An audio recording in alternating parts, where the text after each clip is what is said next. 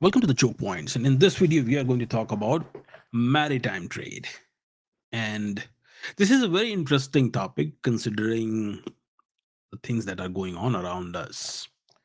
For example, if you look into just couple of a week ago or so, but Russian shadow fleet was destroyed, right? Then you hear a lot about Indo-Pacific or Indian Ocean region or Asia Pacific, South China Sea, Suez Canal. We hear all these things, right? So, today's video, we are going to talk about why maritime trade is so important and why the world's 80%, I'm not even making this up. Why was 80% of the trade moves through the sea? In fact, what's interesting is that when you start to look at the numbers, okay, when you look at the numbers, let me actually, I'll share it with you later on. But the numbers are basically that 50% of the global container shipments transit through Indian Ocean region. Then one third of the global bulk cargo traffic goes through the Indian Ocean region, and two-thirds of global oil shipments transit through the Indian Ocean region. So the question is, why is that? Right? Is it just geography? Right? Is it geography, or is it always been this way, or there is more to it? Or was it cleverly, very cleverly, the whole entire maritime trade was just transformed the way it is to maintain the rule based international order, to maintain its own dominance? So we're going to look into the reasons, okay? We're going to look into the reasons as to why this is the case. All right. So stay with me till the end because this is going to be a very interesting video. Quite frankly, there are things that even I didn't know about it. And I learned about those things while I was working on this video and doing my own research on this thing. Okay. And these are the things actually when you learn about these things, that's when you actually understand the nuances of the the global economy, the global trade system, the how these sanctions impact something, right? How all that happens, and why the whole and all these countries, BRICS countries, and everybody else is working on their own corridors and all. But most of it is land based. They're not going through the ship based. Right? So stay with me till the end. Actually, once I'm done with all this, then you will see yourself what I'm talking about. All right. This is gonna be very interesting video. So stay with me till the end. Please do like and subscribe, and let's get started. All right. So first of all, what exactly I am going to do? I'm going to share my screen. Okay. As always, I share my slides that I make so that we are all on the same page. Okay, when I talk, so we don't go, we don't drift apart. All right. Now, first of all, the first reason is the scale of the economics. Okay, the scale economics. What is the scale economics here? What does that mean? Scale meaning that the maritime trade is actually, it's easy to scale. Okay, as the global trade increases or grows, maritime trade is actually easy to scale. And why that is, we will talk about that later on in the video. But based on the UNCTAD data, United Nations Conference on Trade and Development, maritime transport carries over 80% of the global trade by volume. Okay. And average transport cost per ton mile. Okay. You have to understand this, that uh, the transporting cost when it comes to the consumer goods and the trade, it is always measured in the ton per mile. In fact, certain cases you might have heard that uh, when you use a company car, okay, I'm gonna just giving you as an example, all right, that when you use your company's car, what do you see? They give you the fuel accommodation, the reimbursement. They do what they do it in the miles, that how many miles you're gonna drive, and based on that, they accommodate the fuel cost, right? So it's somewhat like that, but not exactly, okay? Because some of you otherwise go in the comments and pick one line and then start to, become nitpicky instead of understanding the big picture here. All right. So average transport cost per ton mile is approximately 10 to 20 cents by sea. Okay. Compared to rail, if you look at 30 to 60 cents by rail, 15 to 20 cents, 15 to 30 cents by truck, and $1 plus by air. Not to mention, now when I will give you more numbers, you can understand even better. Okay. See, one ultra large container ship carries 18,000 to 24,000 TEUs, where TEU means 20-foot equivalent unit. What does that mean? 20-foot equivalent meaning. So, so what exactly that means is that somewhere, okay, somewhere in 1960s or so, the the ISO, the International Standard Organization, they came up with this idea that okay, we need to standardize our shipping. Okay, so what they did is that they came up with this 20-foot equivalent unit, meaning the container side is gonna be of 20 foot. Okay, and then rest whatever that is. So that's what they're saying. They're saying that a container will be 20 foot long and 20 full equivalent unit, meaning that all the containers that will be shipped, that will be used to put cargo and then ship, they all will have the same size. And then for each container, there will be a fixed size that will be charged. And these containers will pretty much weigh the same. And uh, so what's going to happen is that instead of having to measure the individual weights, hmm, of each and every cargo, instead of weighing in, you just simply say that how many containers are we shipping, right? So if the port says that okay, for this ship there are 100 containers, I'm just saying as an example, all right, 100 containers, which is faster, right? So 100 containers means okay, this is going to be 20-foot equivalent, all right, that's fine, easy peasy, you calculate the cost, you're good to go. But if you have, let's say, individual cargo and you have to weigh in the individual cargo, then what's port authority is going to say? Oh, we haven't measured it, we haven't weighed in, we got to weigh in, this is going to take time. Once we have all the weights, then we will tell you how much it's going to cost, right? So now you don't, with the second method, with the bulk calculation method, which I'm going to talk about later on again, you are delaying this whole thing too, right? So that's why you see the TEU here. Okay. So so now from here on, remember, whenever you read some magazine article or oilpricing.com or somewhere, right, when you read about these trades and you see TEU, then now you know what that really means. Okay. So now let me put this in perspective. Okay, that to move 18,000 TEUs, that is 20-foot equivalent unit, by rail, it will require almost what? 225 to 300 freight trains. Imagine that. Okay, meaning that a train has a limitation, right? Because each and every car that's gonna be there is gonna carry probably one TEU. That's about it, or maybe two, maybe two. Still, it will require way more trains. So it is, instead of 300, it will require 150 trains. But still, that's a lot of number, right? And then assuming that 60 to 80 TEUs per train, depending on the configuration, right? Now, to move 18,000 TEUs by truck, it will require 18,000 individual truck ships, right? Truck trips, 18,000 truck trips. Imagine that.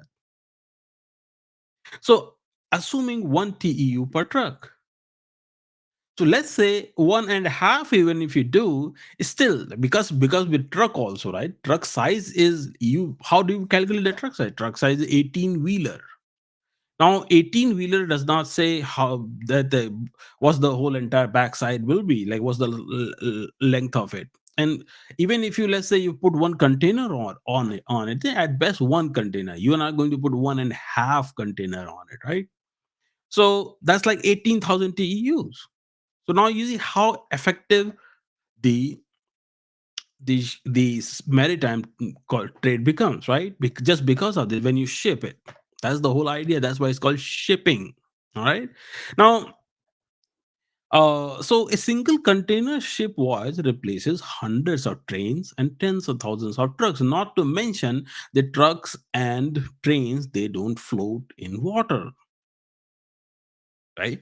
So, and then also you have to understand it's not just this. So if you have 18,000 individual truck trips, meaning that you have to have at least I would say 9,000 truck drivers to make that round trip each time. But when you're using the ship, then what are you doing? You're doing 20,000 TEU ship typically operates what in 20 to 25 people, give take. That's about it. So with by just by paying 20 to 25 people, you are actually transporting 20,000 TEUs. So you see the scalability here, right? And that's the whole point. All right. Now let's move to the second reason. All right. Second reason is uh, uh, commodity structure. What exactly gets transported? Okay. What exactly gets transported is important, because if you don't understand what exactly we are transporting, then you won't really understand the importance of, because what you're shipping, what you're trying to ship, based on that you determine the mode of shipping too. So if you have to ship an envelope, you're not going to use a cargo ship to ship the envelope, right? So clearly you need something that is appropriate for the goods, right? So what happens here? So when you look into it, then according to UNCTAD maritime statistics, it shows that bulk commodities dominate the global trade by physical volume. What is bulk commodities? Bulk commodities basically is, and out of which the largest traded categories by volume are what? Crude oil, liquefied natural gas, coal, iron ore, grain, fertilizers, industrial raw materials, and nowadays cars, automobiles. Okay, so these are some of the major things that are transported through the ship, through the maritime trade. And if you look into it, so here's the thing though. Okay, there's another thing with this. It's because these goods, when you transport these goods, then they are very cost dependent. Okay, what does that mean? It means that these have very low value per kilogram. Okay, so this is because they have low value per kilogram, so they are very sensitive to the transport cost. What does that mean? It means that, for example, just as an example, that if you're say, let's say, um if you increase this, let's say $10 to $20 per ton increase in the logistic costs, okay, so that can actually completely erase the exporter margins. So that's why you have, these things are so sensitive that you have to be very careful how you are doing it, meaning hiring one extra crew member actually can eliminate the complete exporter margins. That's how sensitive these things are. For example, like look at the coal, for example, right? Now, coal, how much profit margin you're gonna make on the coal? Not a lot. Not a lot. Because coal, unless it is used, coal does not have any such value, quite frankly. Okay. Iron ore, the raw materials don't have that much profit margin. The product that comes out of it has a profit margin. For example, a bottle of ketchup sells for more than the actually it costs to make it. With the tomatoes, they sell more than the tomatoes. I mean, sell more than the tomatoes, and the cost of it is also based out manufacturing and everything. If you include, then you find that cost of actually making or selling a profit margin on that ketchup bottle is more than the tomatoes, simply because of the raw material and other costs that are there. Okay, so but that is just analogy I'm drawing here. Okay, now, then grain fertilizers, there is no other way for grain or fertilizers to be sent. You can use the train and all, but if land route is there, that's fine. But what do you want? Grains are, for example, they are First of all, time sensitive. If you don't send them in a given time frame, then chances are that they will rot. So clearly, you're not going to load up at 18,000 trucks and then add more actually exporting cost to it by, because loading, unloading, then fuel cost when you are actually shipping through the truck or rail or whatever, right? So what do? You use these maritime trade, that is shippings and all that, okay? And then also other thing is the land transport, it cannot scale across the continent, right? Because of these things, how are you going to transport the crude oil, right? And if you look into it, you find that actually because your shipping and everything was established uh, by 1960s or 70s, all right.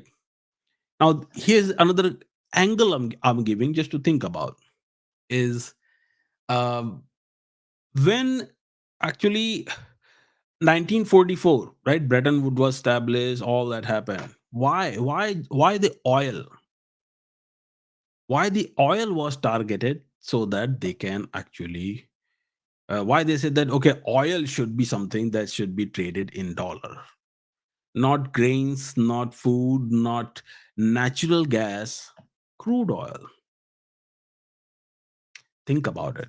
Okay, so now that's the second reason, that commodity structure and what exactly the commodity is depending on that, right? Now the next thing is that comes is to the next point that I just said earlier, that uh,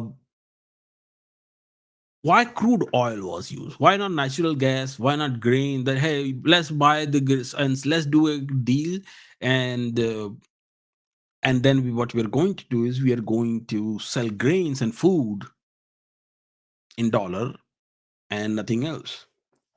The simple reason being that energy, okay, and natural gas actually is more easily available than the crude oil. That's another thing, okay. And also, and why crude oil was selected is because the the the the 44 countries that participated in Bretton Woods systems, then US at that time, they wanted to make sure that the world has a dependency and the need for the dollar. How do you create the need for the dollar? You create the need for the dollar by selling a commodity that is always going to be needed, and that is crude oil. So they went with the crude oil, and here's the thing. Here's the interesting part about it. The interesting part about it is that crude oil is always transported for 9 out of 10 cases. Actually, the crude oil is always transported using the shipping large cargo ships, the oil tankers that they call, right. One of those kinds actually was hit by the Ukrainian drones just recently. They use that thing. Okay. Now, what does that do? What does it do? When you use the oil tanker to sell oil, then you want to provide the insurance and all that on it. But that's a different story. I'll talk about that. Now, but let's get to the point. Point of is that what's the third reason? Third reason is third reason for shipping to grow really, really fast is the oil for dollar system or the petrodollar system. Now, what exactly happened? See, before, when you look at the data, okay, when you look at the OPEC data, when you look at the World Trade Organization data, when you look at the UNCTAD data and all that, you find that before 1970s and all that, the shipping trade was, maritime trade was, it was there. It was there, but it was not uh, to the level where it was supposed to be. Okay. And what happened in 1970s is that after the oil for dollar deal was signed between the US and the OPEC countries and all that. Then what happened is that it created a need and the demand for oil tankers and shipping. What happened? Number one, the large number of oil tankers manufacturing or building started. Second thing was that uh, somebody has to be there to provide the security for it, meaning that guarantee the risk appetite, something that has the risk appetite, such something that can actually handle the risk, that is the insurance providers, right? So now if I ask you how the insurance works, do you know that thing, the how shipping insurance works? That's a different thing. I'm going to talk about that later on in the video. All right. So when the oil for dollar deal was signed, what it did to the global trade, you have to understand that part. Okay.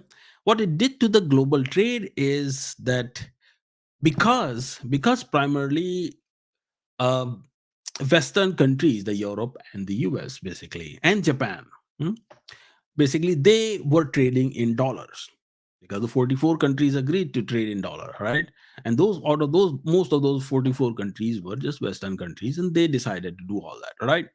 Now, so what happened is that first of all, that it created a demand for crude oil and the crude oil tankers. Then also other countries whose currency was not dollar, they needed to trade with somebody or someone or some country to actually earn dollar so that they have a dollar in their foreign exchange.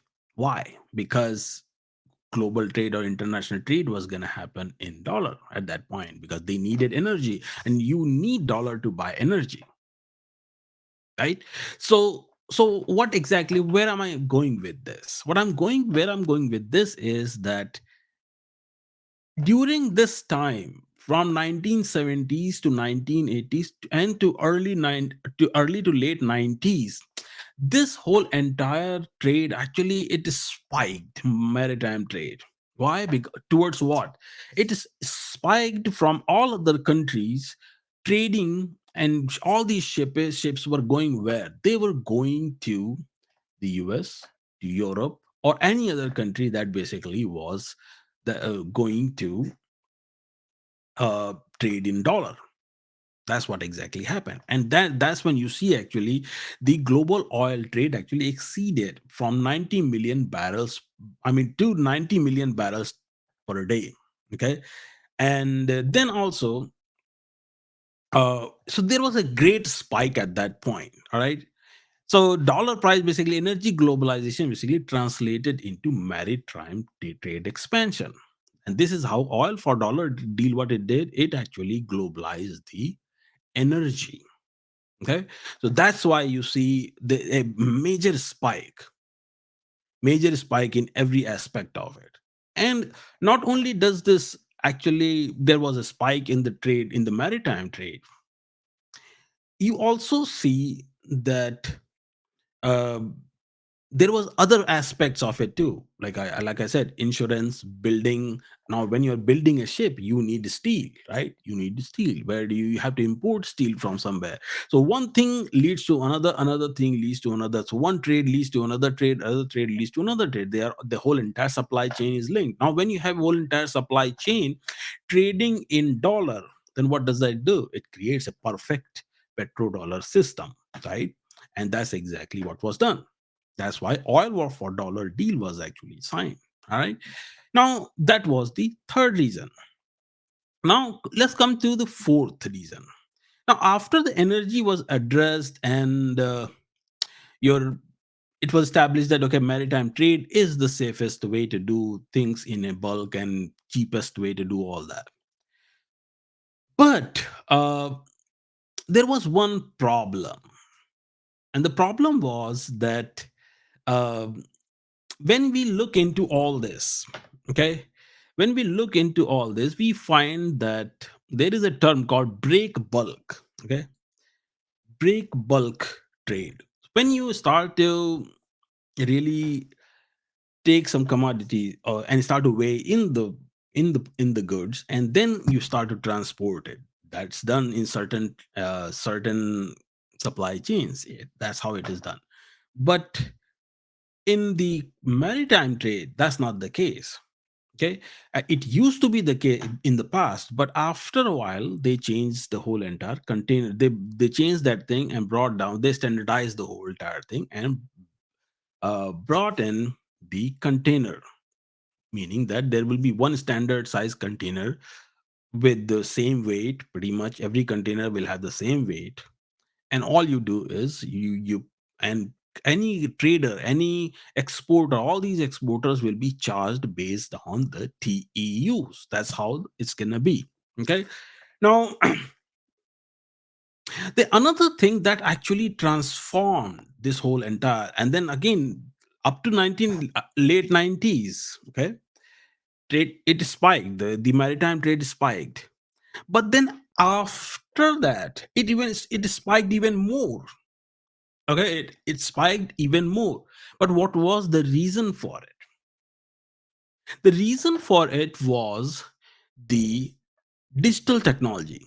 Now, some of you like how digital technology can actually transform the trade, the maritime trade per se. We don't see any internet connection because it's like flat earthers, right? Flat earthers, they come up with their own theories, right? They cook up all kinds of things. It's still there are people for views. They do this whole thing that flat earth, right? So, and then there are people who will do this interesting thing too. They can argue with you that, oh, okay, if sun is so hot, then why do we feel cold in winter? Right? People can come up with all kinds of argument, right? So they can same way they can come, they can argue this too. That digital, how the digital era is shaping up the whole entire maritime trade. Where digital, then there is maritime trade. Those are two totally different things, right? How? So, so let's talk about that. Okay, that is the fourth reason. Fourth reason is the dot com boom and the e-commerce. Now, it was the late 90s when actually Amazon.com came. Then you realize the Alibaba came, right? And by 80s and up 70s, 80s, China had already taken over the world's manufacturing by storm, right? They mastered the art of manufacturing, they monopolized it to this day. Okay. And by late 90s, we had internet. Okay. We had dot com boom, 123.com to shipping.com to this.com to that.com. All kinds of dot com happened. Okay. And that actually led to what? That led to lots and lots of e-commerce trade. What e-commerce did, now look into this thing. Okay. That when you look into it, then you find, let me explain you a little bit, okay, before we get into this whole data thing. What lots of people who sell on Amazon, what do they do? Hmm? They simply go on Alibaba.com, they choose the product, they go on their FBA or whatever Amazon FBA seller account. Hmm? They actually ask the exporter to send their product to Amazon warehouse. Then these people, then that when the product reaches the warehouse, that product actually shows up into your Amazon seller account. And over there, what they do is that they create the label and everything, and then and then they mark the product on the website to for sale, right? That's the standard procedure. But where is Alibaba? Alibaba is in China, and the seller is where? Seller is in US. They're ordering things from China to sell in US. That's e-commerce. Before the late 90s, could you do that? No, you couldn't. I mean, you have to make a phone call. You got to find first. You got to find out this exporter.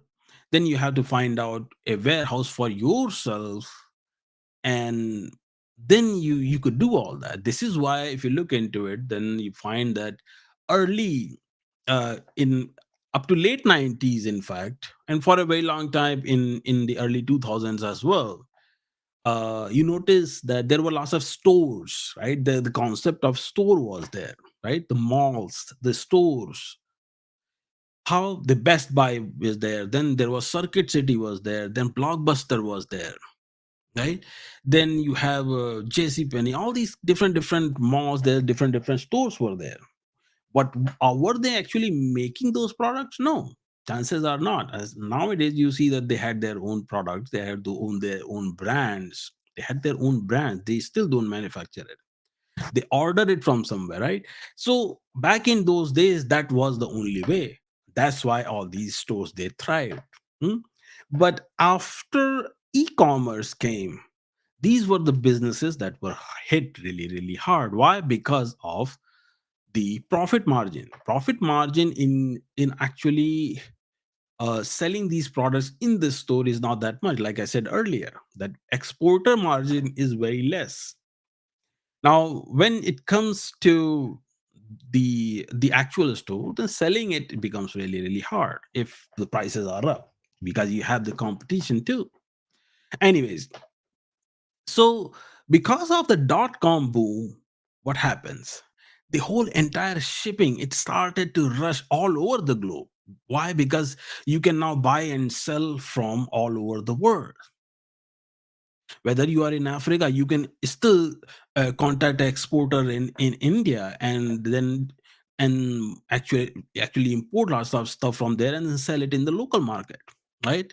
So according to the World Trade Organization, the global merchandise trade growth actually reached 12% in the year 2000, and this is like one of the fastest rates on record. Okay, so that's what dot com boom did. That, and then if you look into UNCTAD data, you find that the slowdown after that, there was a slowdown too, because of the dot com bubble that burst, right? The economy uh, started to go downhill and all that, right? So that's another reason why the maritime trade actually grew rapidly, and this is what the technology does to us. Okay, and also we saw lots and lots of businesses going lots of companies going out of business because of this, because of the e-commerce, sheer e-commerce.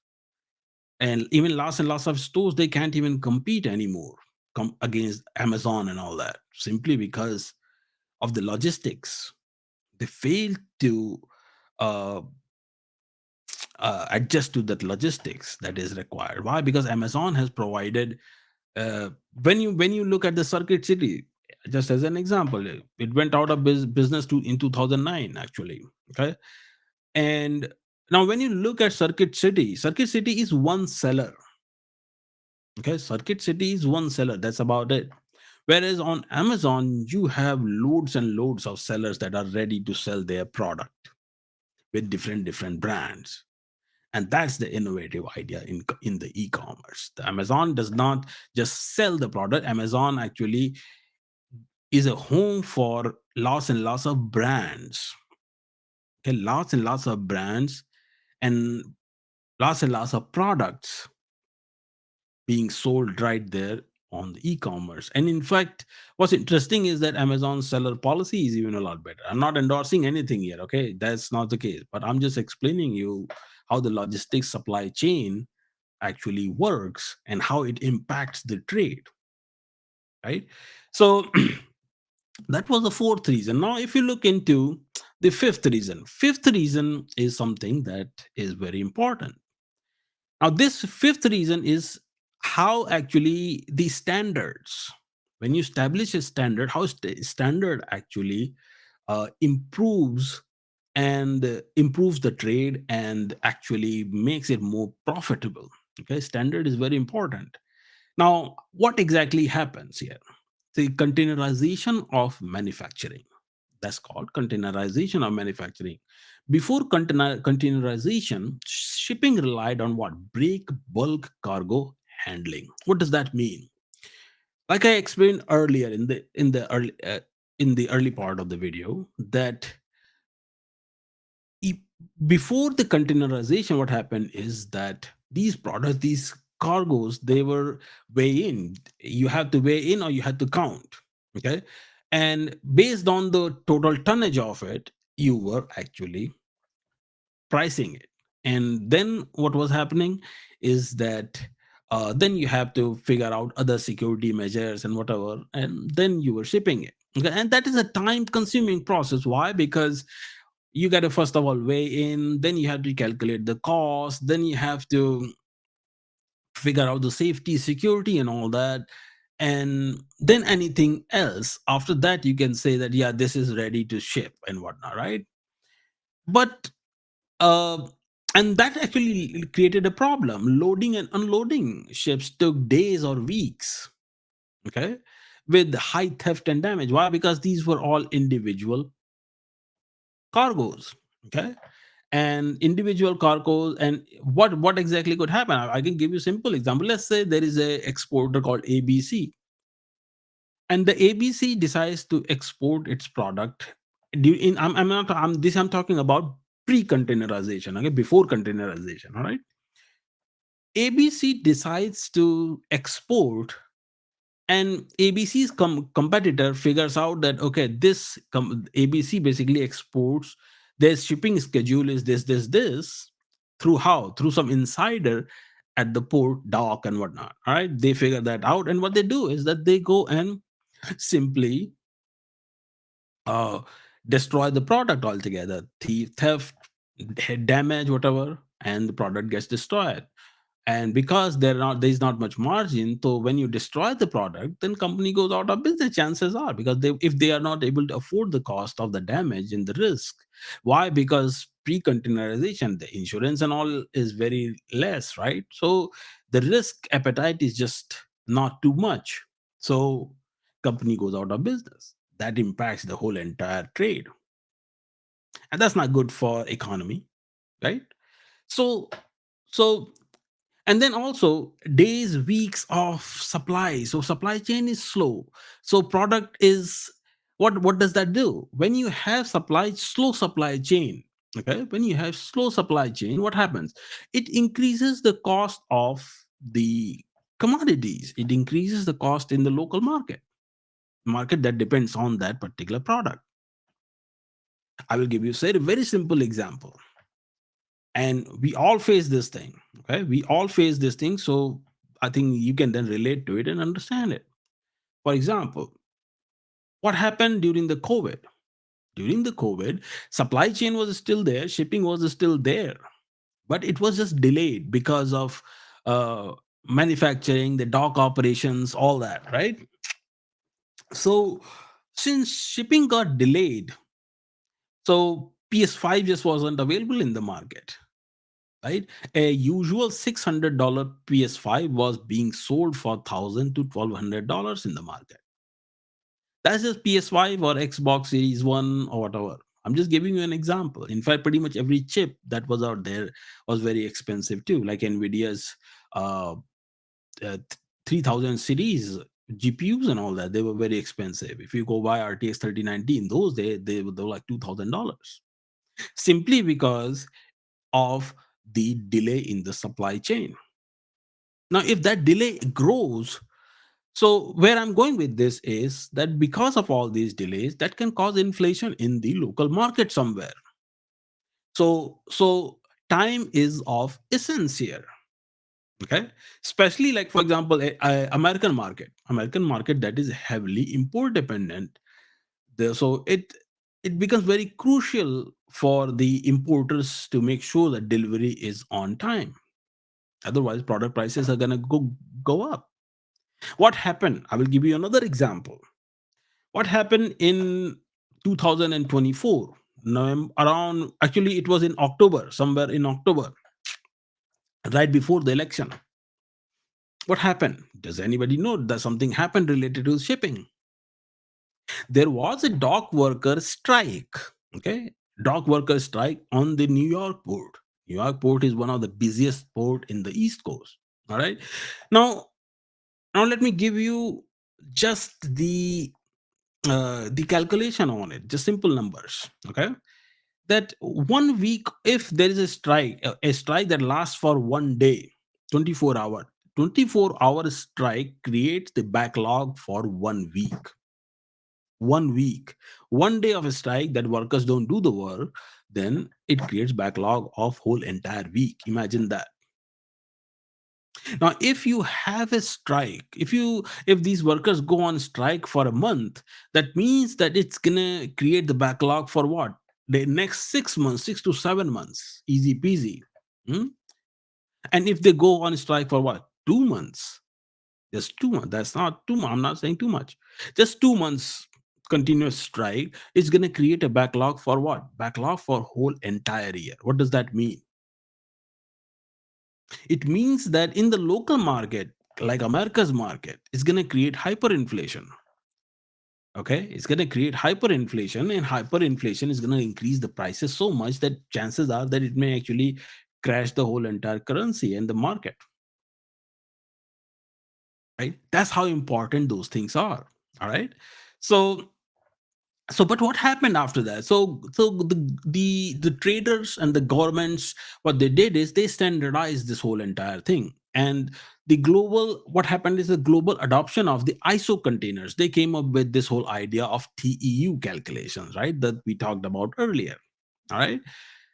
So what ISO means, that International Organization for Standardization of Container Sizes Worldwide. They said that okay, the 20-foot equivalent unit will be the one. That's how it's gonna be, and we are gonna go with based on the container size. One container will be charged this much, and what regardless of whether you just put one hair in the container, but if that hair is being exported, being sent somewhere, and then it's gonna stay inside this container, and this will be the charge. Okay, that's why when you're exporting, you export a lot. Okay, so if you look into it, then when according to the Lloyd's list, the 1990s, as container shipping golden age, they call it container shipping golden age. Why? Because simply because of the petrodollar. Okay, petrodollar, it actually went everything, the port and everything else went through the roof. And after the dot-com boom, oh boy. Okay. So what containerization did? Containerization actually it reduced the cargo handling time from days to hours. Now, what does that do? What does that do is that let's say if you're it takes 2 days or 3 days to load that thing, so something into the cargo into the ship. So now your cargo is reaching the port 2 3 days earlier, meaning that maintaining a consistent supply of the product in the local market, hence keeping the prices stable. Okay, when prices are stable, the governments are happy. Lots of presidents can say that, oh, we have inflation under control. Mm. Like Jerome Powell was like, oh, we want it to be under 2.15, 2.1%. But because of tariffs, it's 3.4% or something like that. Hmm? So that's the fourth reason, guys. All right. Now let's talk about fifth reason. Okay. Now let's talk about uh sixth reason. Now this is very important. Okay. This is very important because uh this is one thing that lots of blogs are there that talk about shipping and having their own supply chain and this and that, but this is one aspect that cannot be pretty much that cannot be replaced, at least not right now. Okay, that's gonna take a while. And that aspect is insurance liability and legal infrastructure. Now, to understand the insurance liability and legal infrastructure, you have to understand how the insurance works in the maritime trade in a cargo ship versus how insurance works on the land container land trucks, trails, and all that. Hmm? Land-based systems or the land-based supply chain. So a ship engaged in international trade carries one primary liability insurance that is recognized by ports, terminals, charters, and banks worldwide. What does that mean?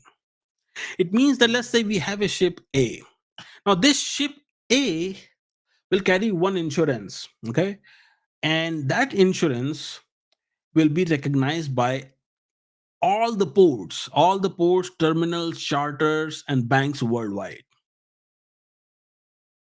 Meaning that ships don't have to carry different insurance and different documents, let's say documents, for each and every port, meaning that let's say a ship has to go from US and it's carrying a different document for Brazil, is carrying different document for China, is carrying different document for India, like that. That's not the case. Okay, what it does is that there's one document, and that insurance and all the paper document ownership and everything else document is recognized worldwide. Okay, and that is totally a different ballgame. It changes the whole entire thing as far as maritime trade is concerned.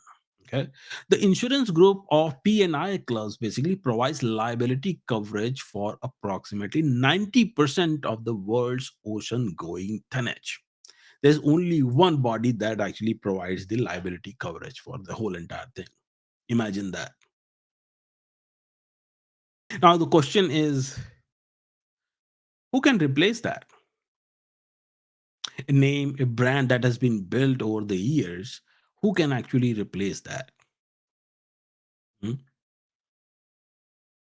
So, P&I insurance means that protection and indemnity insurance. This is how it covers like pollution. Like, for example, there is an oil spill, right? Oil spill. Somebody sues that company that, hey, because of there is oil spill, environmentalists, they come after you, collisions, crew injuries, then Somali pirates, right? Cargo damage, wreck removal, all kinds of stuff is there. This insurance company, this insurance provider, they handle all that. Okay. Whereas rail and truck cargo, this is fragmented. It is one in one country, some and then as soon as let's say you go from US to Canada, somewhere else, you will see that the trade by road, there are different charges for different places. You will find that there are tolls all over the place too. Then uh, so all in all, it's fragmented, it's not centralized, right? So each country you travel to, you have to have that many visas and travel, all kinds of stuff is there, right? Legalities that are involved. Whereas um, when you're using basically ship, then you have to only worry about one port to another port. That's about it. You take the goods from one port and you put it in on the other port. Huh? So what happens that it actually scales down the whole entire risk,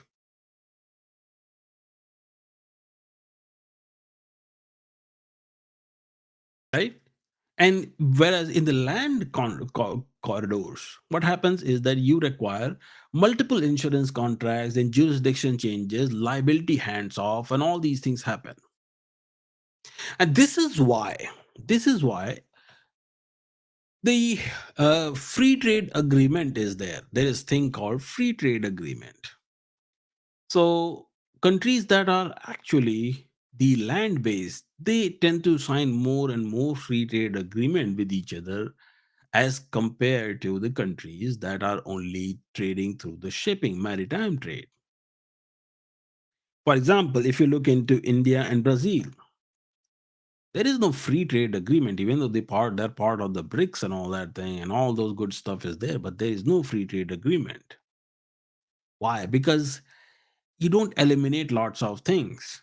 One of those things is the insurance. Insurance is provided by some P&I insurance, that is a whole entire Western company.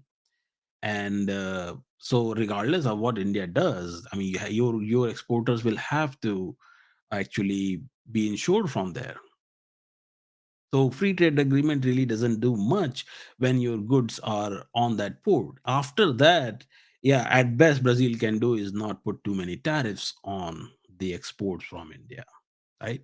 But other than that, there is no benefit. But if you look into the free trade agreement on the land based corridors, what happens? That these countries, they can say that okay, you won't have to pay for toll, you won't. I'm just saying it as an example, all right, just so that you understand the nuances of it. And then you don't have to pay other taxes, you don't have to worry about visa for a certain period of time, that also is a cost, right? All those things you don't have to worry about, and that's why lots of free trade agreement is signed between the land connected countries. Okay, so that's the sixth reason. Now, So what's next for the global trade? Now, considering all the things that have happened, all right, considering all things that have happened, when we saw the sanctions, that sanctions were weaponized, right? Sanctions weaponized, the dollar settlement, shipping insurance, right? So companies that are not actually insured through that PNI insurer that we talked about in the last chapter, they are called shadow fleets. Okay, shadow fleet is not that okay, so there's some random fleet or something. It's just that the fleet is not insured by these companies. That's about it. Meaning that the port they are coming from and the port they are going to, that insurance company does not know about it. That's all it is, and they don't take any guarantee.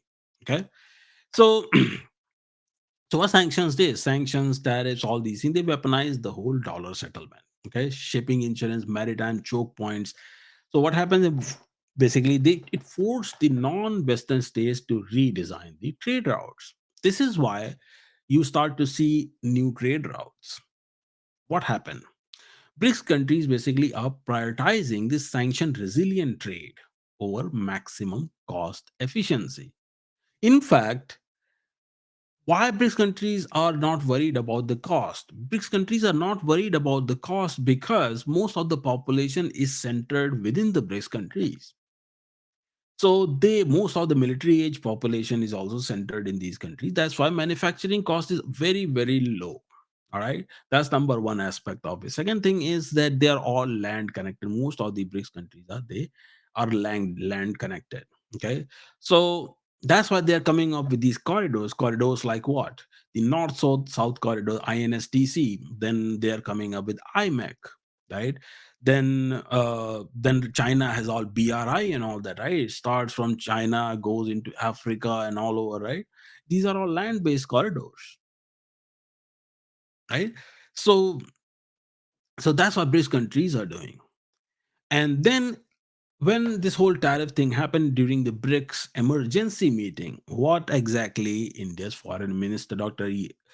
S. Jaishankar, what he said? He said that it's time for short supply chains. Short supply chains meaning that trade with your neighbors, trade with the countries that are land connected rather than having a long supply chain. Long supply chain meaning that let's not focus on trading with somebody through the ocean that is going to take months or couple of weeks to really trade, and there are lots of risks involved, meaning that if you want to trade from Asian continent to the the Americas or in Latin America or whatnot, let's not focus on that. Let's focus on the Asian continent altogether.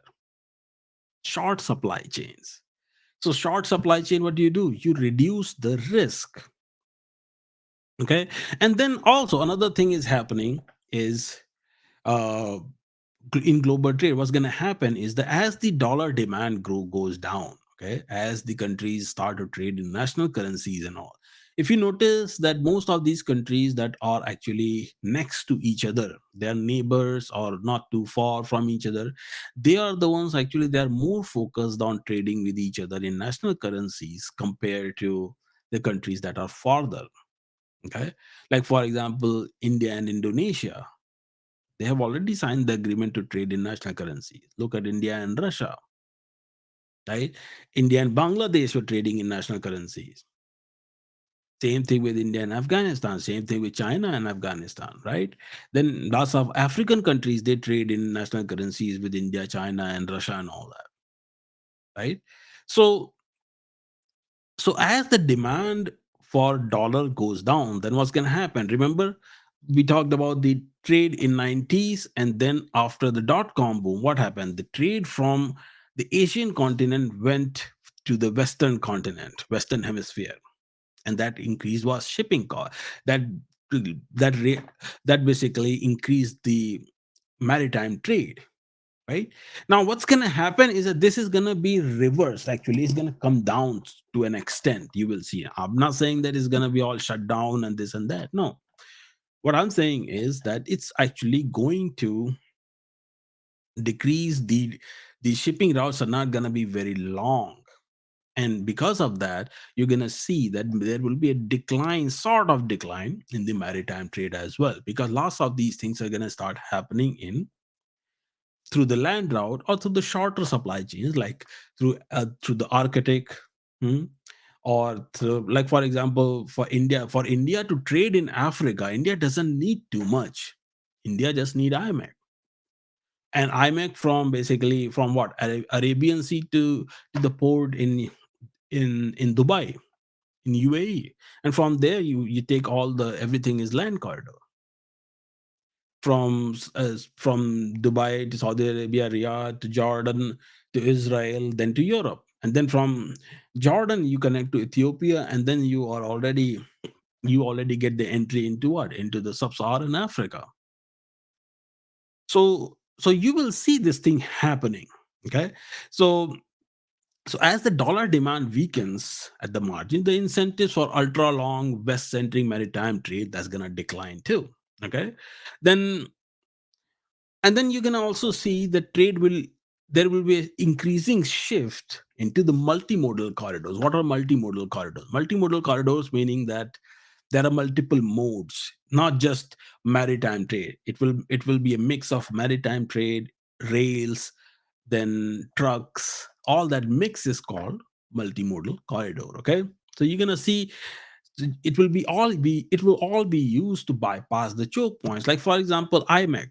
So not IMEC, but sorry, INSTC. INSTC has actually three different routes that were proposed. Okay, from Moscow to all the way to the Gujarat and Mumbai ports and all that.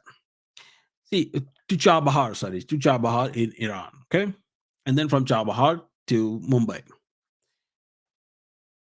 Three different routes. One was from Moscow to Armenia to Chabahar in Iran. The second was Moscow to Azerbaijan and then to Chabahar. And then other one was through Caspian Sea and then directly into Turkmenistan and all that, and then to Chabahar like that, directly into Iran after that. Right now, because Armenia and Azerbaijan have their own issues going on and they don't really work on their road corridors and building the proper roads and all that for transportation. So they are using this, the third one, to the Caspian Sea, to Iran, to Chabahar, and then to India. But these are the things that are going to change over the period of time. Okay. So what's going to happen is that maritime trade is not going to disappear. Like I said, it will just simply it's central in the whole as globalization is gonna weaken. Okay, globalization will become weak, and it's already becoming weak. And as globalization become weak, uh, the trade is gonna be more into the local markets and the neighboring countries and all that. Okay, and what that's gonna do is that um, it will make the maritime trade shorter, safer, and then it will always be connected to some sort of land route or something or something or something. But you're not going to see, I mean, you will see less and less maritime trade outwards from the Asian countries to the Western countries. Okay. And what's going to happen is the BRICS led trade actually is going to become more regional and corridor based. This is why you notice the loss and loss of corridors are coming up too. Okay. Lots of corridors are coming up, lots of payment systems are coming up. There are alternative payment systems. Lots and lots of local government policies are being done. The free trade agreements are being signed to actually accomplish all this, to bring it down the cheapness or the product cost, shipping cost to the level of the maritime shipping. And that's how it's gonna play out. All right. So I hope guys you guys learned something from this video, and I tried to explain my best to as much as simple as possible. In lots of details are there, more I can go into it, but it's just once you start to see there is a fine line between becoming an academic podcast versus a geopolitical podcast. Mhm. And what I'm explaining you is the geopolitical aspect of things, not the academic aspect of things, because then that will become boring as always. All right. And this is what it is. I hope you understood this whole thing. I hope you learned something. I hope you also understood what exactly is coming. Hmm? And this is it for this video. And I will talk to you guys in another video. Please do like and subscribe and take care.